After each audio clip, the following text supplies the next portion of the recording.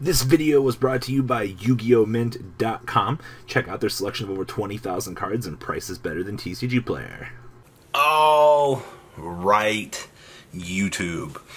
What is up? It is me, your favorite MCole40. Today we're going to be doing Trickstars.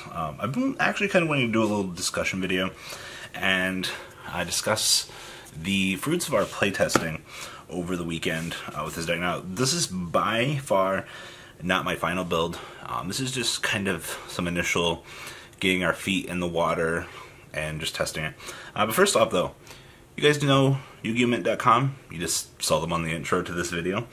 You guys should enter MCole40 on checkout when you guys go to their website if you ever need anything. And, well, they've always been really kind. They've always delivered the best service. And they've always been here for this channel, hooking us up with some of the newest stuff, so we can bring you guys content discussions like this. So please check out YugiOhMint.com down below. If you ever need any cards, enter MCole40 on checkout. Save yourself some money. And yeah, you guys should definitely do that if you need cards. God, it sounds so weird to say that, but yeah, check out YugiOhMint.com down below. I've been a staple in this community for, oh wow, nearly 10 years, if not more. I never remember with Loda. So, alright, let's talk about this. We spent a solid hour looking through OCG deck list, kind of figuring out where we wanted to go with this deck. Now, the TCG doesn't have Chicken Game. I'm going to be completely honest with you. If we had that, I would be way more excited about this. The OCG's been a little bit more focused on the Chaos build as of late. You know, they're playing, man, what is that? Eater of Zones, the one where you banish 5 from your extra deck to summon it.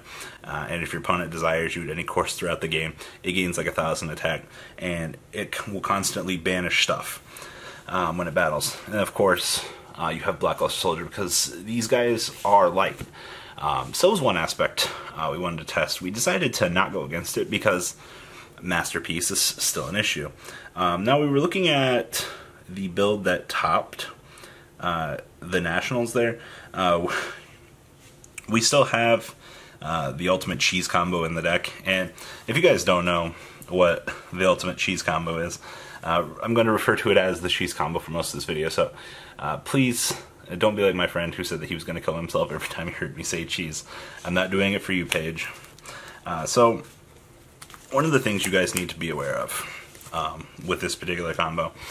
So, for those of you that aren't familiar with Draw and Lockbird, during either player's turn, if your opponent adds a card from their deck to their hand, except during the draw phase, you can send this card from your hand to the graveyard. And for the rest of this turn, neither player can add cards from their deck to their hand. And you guys know about Cheese Nation. Trickstar Reincarnation forces your opponent to banish their entire hand. Yeah.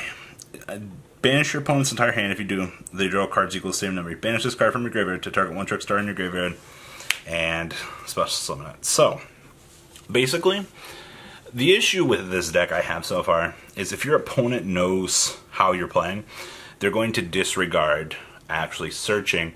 One of the big issues you're going to have playing this deck is if your opponent knows what they're doing, they're not going to search. They're going to remove this as an actual threat, and that's why we're focusing this build a little bit more heavily on answering against Zodiac and, you know, True Draco.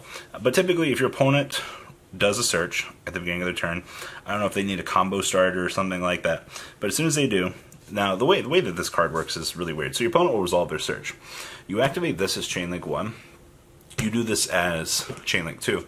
Your chain resolves. Your opponent can't add cards. Your opponent's forced to lose their entire hand. Now you can also do it the other way. So say, oh hey, you know your opponent's not searching. That's cool. If you have 2 of these, you go Cheese Nation. Opponent banishes their hand. Activate Trickstar Reincarnation, Chain Link 1, Draw and Lockbird, Chain Link 2, Chain Resolves. Now, a few of you guys are going to be like, well, why can't you just draw on Lockbird, activate Reincarnation? It won't work that way, and you can't activate Reincarnation once this effect is in play. That's why you guys have seen like the Protector Sanctuary Morphing Jar plays.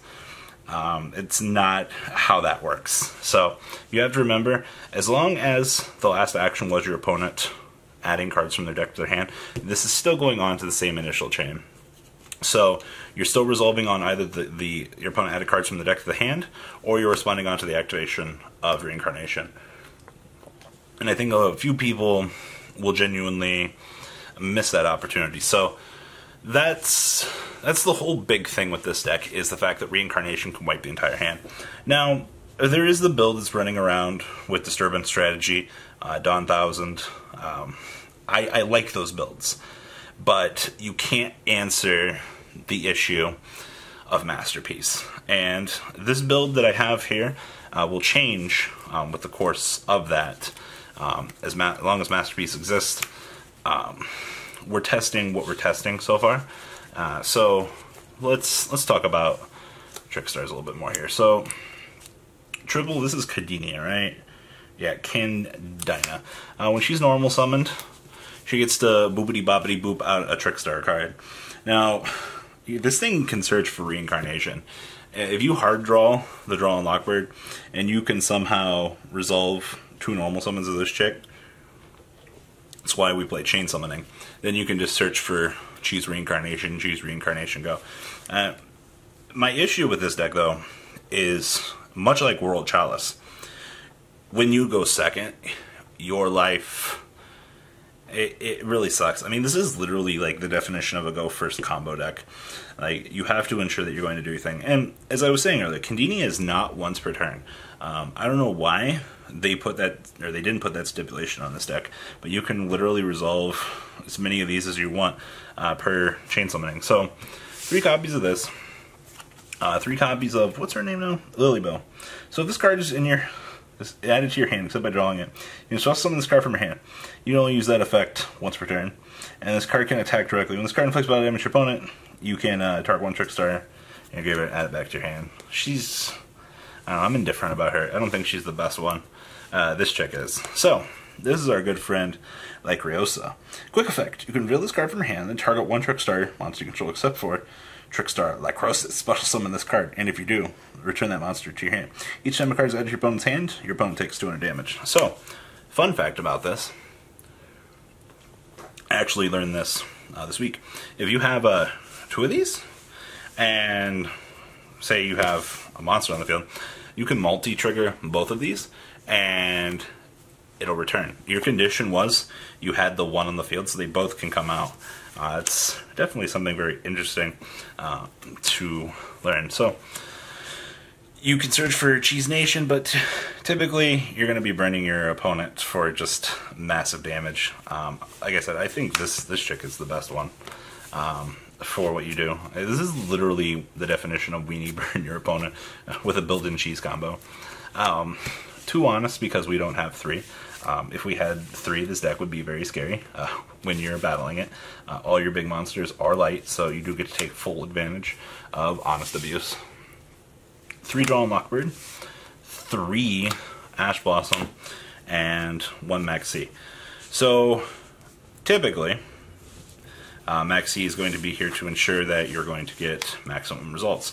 This is to make sure that if you don't have this, you can detrimentally hurt your opponent in some way. Now, we don't have 3 Maxi, so this is an okay alternative to that from what the OCG is doing. But this is a mandatory staple because of Reincarnation, and I honestly wouldn't want to play this deck without the combo. So yes, we are very heavy on the hand traps. And then last but not least, you guys heard me talking about earlier, a couple of builds in the previous lives of the OCG. We're focusing on kaijus, and I think it's very important that, yes, these can be a potential dead draw going second, but this makes your matchups against Masterpiece not horrible. And it's literally come to the point to where, yes, you are an essential combo deck, and yes, you can dead draw these, but this is how you are cleaning up situations. This is how you're putting additional damage on the board, and this is how you are going to essentially try to win matchups that are a little bit more on the table. Now, if you're going to an event and you're intending to play this deck, you have to understand that you lose to Masterpiece. I can't stress it enough. Anytime a Masterpiece shows up on the board, you're just in an extremely bad situation. Yeah, there'll be a couple times where Masterpiece won't totally hurt you, but, you know, in terms of just having that thing on the board, it puts as much of a timer on you as your opponent, as you have on your opponent. And it's just a giant wall that you can't really deal with. And that's what the Kaiju engine is trying to alleviate. So we're going with this. We might shrink down one of these. It's still up in the air from testing. But the deck is very fragile. And it's a little bit weird to say that. Next up, triple Trickstar stage and 3 terraforming. Now, once again, much like in the awesome design of these cards, this card is not a once per turn effect. When this card's activated, you add a Trickstar monster from your deck to your hand. Once per turn, target one set card in your opponent's one target zone. This card is on the field. That set card cannot be activated until the end phase, and your opponent must activate it during the end phase or else send it to the graveyard. Each time a Trickstar monster you control inflicts battle damage or effect damage to your opponent, takes an additional 200. You can act if you have multiple terraformings, then you can have all the searches in the world for this. I am so shocked that they did not make this a hard once per turn search, much like Draconic Diagram. But that's besides the point. We're playing some additional board wipes. Once again, it all depends on what board you need to control. We're trying to make this build geared for going second to make sure that everything isn't sucky. 3, chain summoning. Honestly, until we get the next card, we're going to have to focus on this. For those of you that don't know, you have to activate this chain link 3 or higher. You can't activate multiples of the same name of this in a chain. And you can resolve as many of these as you want, for some reason. I didn't even know it was possible. I always thought this was, you resolve it once. But hey, gain all the additional normal summons you want. That's why I said, like, if you get this established with Miss Cadenia over here, then you will get all the searches in the world. So we're playing 3 of those. It's definitely not that hard to go to chain link 3. Drop cards, 3 Cheese Nation, 1 Warning, 1 Ring of Destruction. Ring of Destruction is pretty much a staple in this deck. It's just essential burn damage that you can push your opponent. This stops more of a detrimental summon. And this is your Hell No We Won't Go combo. Now, as I said, you can play Disturbance strategy, Withdraw and Lockbird, to ensure that your opponent's hand is literally whittled away. But once again, you can't rely on that combo every game. Pot of Desires is something else I kind of want to test in this deck. I don't know how much of searchability I want to throw away with Desires, just for the additional 2 cards, but as a combo extender, I want to consider it. So, but this is currently what we're playing. I'm also considering Scapegoat. Your extra deck, you don't really touch it all that much. There's still a few things in there you want to consider.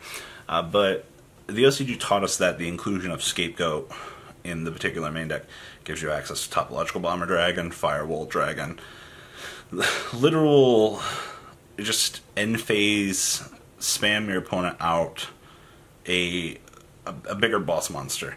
And having Topological Bomber Dragon in your deck to control boards, it's something that I want to consider, just to make sure that certain matchups are a little bit easier. Also, having Scapegoat definitely gives you a little bit more of an edge against Rogue, because you'll have access to your extra deck in essentially any fashion that you could need. So Scapegoat's definitely something I'm considering for the long haul. So that's just a little discussion on where I am with Trickstar. Now, I know a few of you guys are going to be like, well, Robbie, you're fucking stupid, you don't know what you're talking about. That's fine. You guys have to let me go through my natural process, talk things out, share with you guys the information that what I'm thinking is good, and let me fall a couple of times until we try to correct things. But for the TCG at the moment, for a fun deck, or something that you're going to consider Rogue, I mean, you don't have to play Ash Blossoms. That's fine. Maxi might be getting the axe in, and Draw and Lockbirds. I mean, outside of the fact of a few common staples, this deck is very budget at the moment. And I definitely think if you're going for something budget, this and World Chalice. are honestly probably where you should be looking at the moment in terms of new game mechanics. So, guys, check out our good friends over at YugiOhMint.com. Remember, enter MCOL40 on checkout. Save yourself a little bit of money, guys. And I hope we get some interesting feedback about this particular archetype, because the amount of damage that you can do with the OTKs is actually very, very high. And I think people want to put too much faith in the Reincarnation Draw and Lockbird combo. It's just another essential win con that you have in the deck. Your deck still has to do what your deck does. It still needs to play the game, essentially. You know, you can take away your opponent's entire hand, but a top deck Desires with any 2 cards can definitely turn the day around. So, it's interesting. I like this deck. Something else before we go here, though. The OCG has had an interesting trend lately. They're playing this in just Cadinia to disrupt your opponent's hand. Imagine your opponent resolves a search, and then you just force your opponent to lose their entire hand. It's definitely, you know, in true Draco, that's a really interesting control strategy. And I think having this card be legal, this is a sign of, in the years to come, that this card, honestly, in some degree, will probably have an effect on the game. Losing 5 resources that you can't get back in standard play makes this all the more powerful. So, that's all I got, guys. Alright, guys, check out YugiOhMint.com down below. Remember, enter MCOL40 on checkout, and deuces, guys. I'm out.